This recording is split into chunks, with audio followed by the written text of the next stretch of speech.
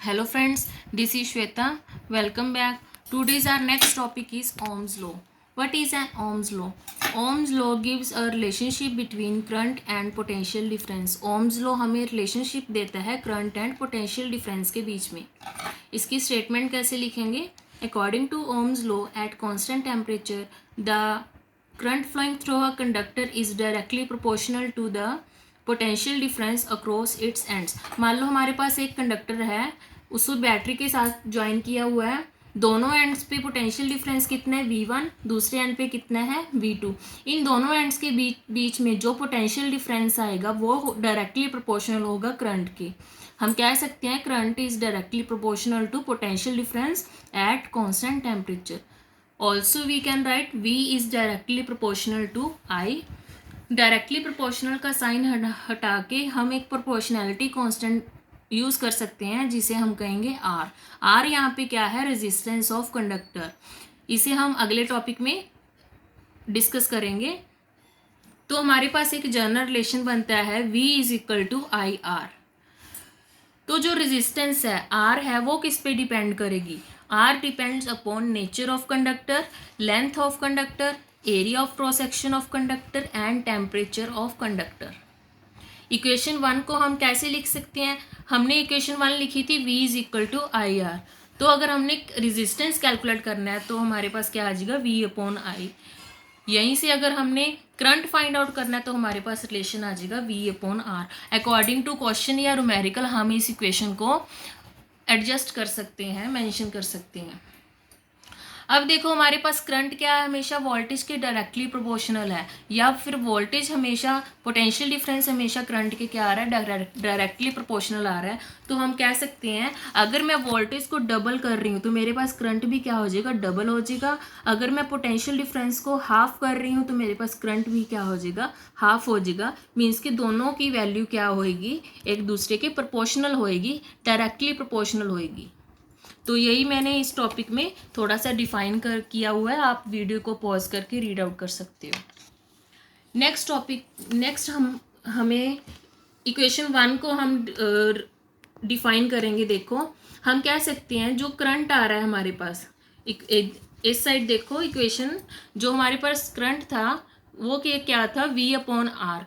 तो जो करंट आ रहा है हमारे पास वो डायरेक्ट उस किस चीज़ पे डिपेंड कर रहा है वो हम यहाँ पे 2 पॉइंट्स में डिस्क्राइब करेंगे.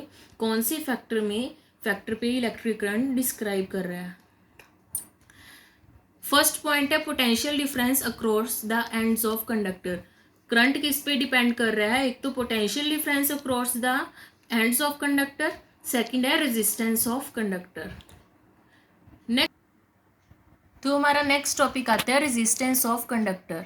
रेजिस्टेंस क्या है कंडक्टर की? It is a property of conductor due to which it opposes the flow of current through it is called resistance. Means कि रेजिस्टेंस क्या है? एक ऑपोजिशन है जो करंट को क्या करती है? अपोज करती है. ऑपोजिट डायरेक्शन में मूव करने के लिए उसे अपोज करती है, कंपेल करती है. इसको एक्सप्लेन कैसे करेंगे? देखो मान लो हमारे पास कोई कंडक्टर है. कंडक्टर को बैटरी के साथ जैसे ही हमने ज्वाइन किया इसमें से करंट फ्लो करना स्टार्ट कर देगा. करंट फ्लो करना स्टार्ट किया, इसके अंदर एटम्स भी प्रेजेंट हैं, इलेक्ट्रॉन्स भी प्रेजेंट हैं, आयंस भी प्रेजेंट हैं. ये सारे डिफरेंट डायरेक्शन में मूव करना स्टार्ट कर देंगे. जैसे ही ये डिफरेंट डायरेक्शन में मूव करना स्टार्ट करेंगे तो इलेक्ट्रॉन करंट को क्या मिलेगी? एक ऑपोजिशन मिलेगी. इलेक्ट्रॉन फ्लो एक ऑपोजिट डायरेक्शन में मूव करना स्टार्ट करेगा. तो जो ऑपोजिशन आ रही है वो ऑपोजिशन क्या होगी? रेजिस्टेंस होगी, जो इलेक्ट्रॉन करंट के फ्लो को अपोज कर रही है. उसी क्वांटिटी को हम क्या कहेंगे? रेजिस्टेंस कहेंगे. तो इक्वेशन 1 ओम्स लॉ से हमने रेजिस्टेंस डिस्क्राइब किया था V अपॉन आई. ऐसे ही यूनिट रेजिस्टेंस के क्या होते हैं? ओम्स, जिसे हम ओमेगा के साथ डिनोट करते हैं. तो अगर हमने 1 ओम डिस्क्राइब करना है, एक स्टैंडर्ड यूनिट डिस्क्राइब करनी है, तो कैसे करोगे? 1 ओम कब होगा? जब हमारे पास पोटेंशियल डिफरेंस कितना होगा? 1 वोल्ट एंड करंट कितना होगा? 1 एम्पियर.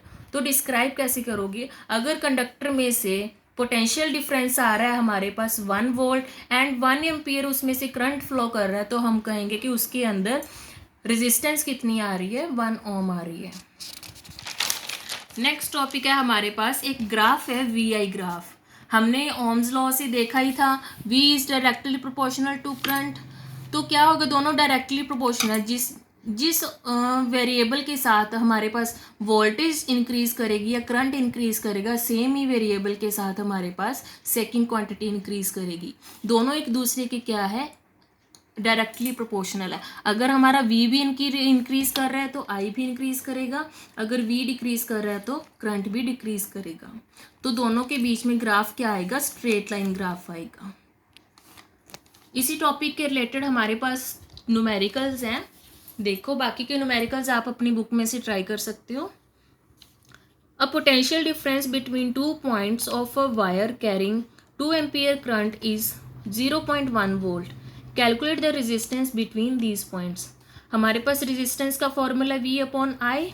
V कितना दिया हुआ है हमें 0.1 वोल्ट, करंट कितना है 2 एम्पियर। तो हम इस फॉर्मूला के यूज़ करके हम रेजिस्टेंस की वैल्यू फाइंड आउट कर सकते हैं।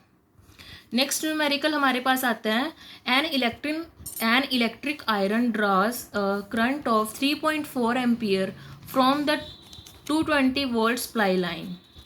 What current will this electric iron draws when connected to 1110 volt supply line? Means के 220 वोल्ट की सप्लाई लाइन से हमारा करंट कितना आ रहा है 3.4 एम्पियर। तो हमने कैलकुलेट करना है कि 110 वोल्टेज से कितना करंट हमें मिलेगा। कैसे कैलकुलेट करोगे, देखो हम इसके दो केसेस बना लेंगे। फर्स्ट केस में हमें क्या है, करंट दिया हुआ है एंड वोल्टेज दी हुई है। इस रिलेशन को यूज़ करके हमने रेजिस्टेंस कैलकुलेट कर ली। कैसे, V की वैल्यू दी हुई है, I की वैल्यू दी है, फॉर्मूले में पुट करोगे तो हमारे पास रेजिस्टेंस आ जाएगी। यही रेजिस्टेंस हम क्या करेंगे, सेकंड केस में यूज़ करेंगे। अब हमारे पास रेजिस्टेंस की वैल्यू केस 1 से निकल आई। वोल्टेज हमें कितनी गिवन है, 110 वोल्टेज। तो हम रिलेशन को यूज़ करके करंट की वैल्यू फाइंड आउट कर सकते हैं। तो हमारे पास करंट कितना आ रहा है 1.7 एम्पियर। तो हम कह सकते हैं कि 110 वोल्टेज की सप्लाई लाइन से कितना करंट फ्लो करेगा, 1.7 एम्पियर। Thank you friends.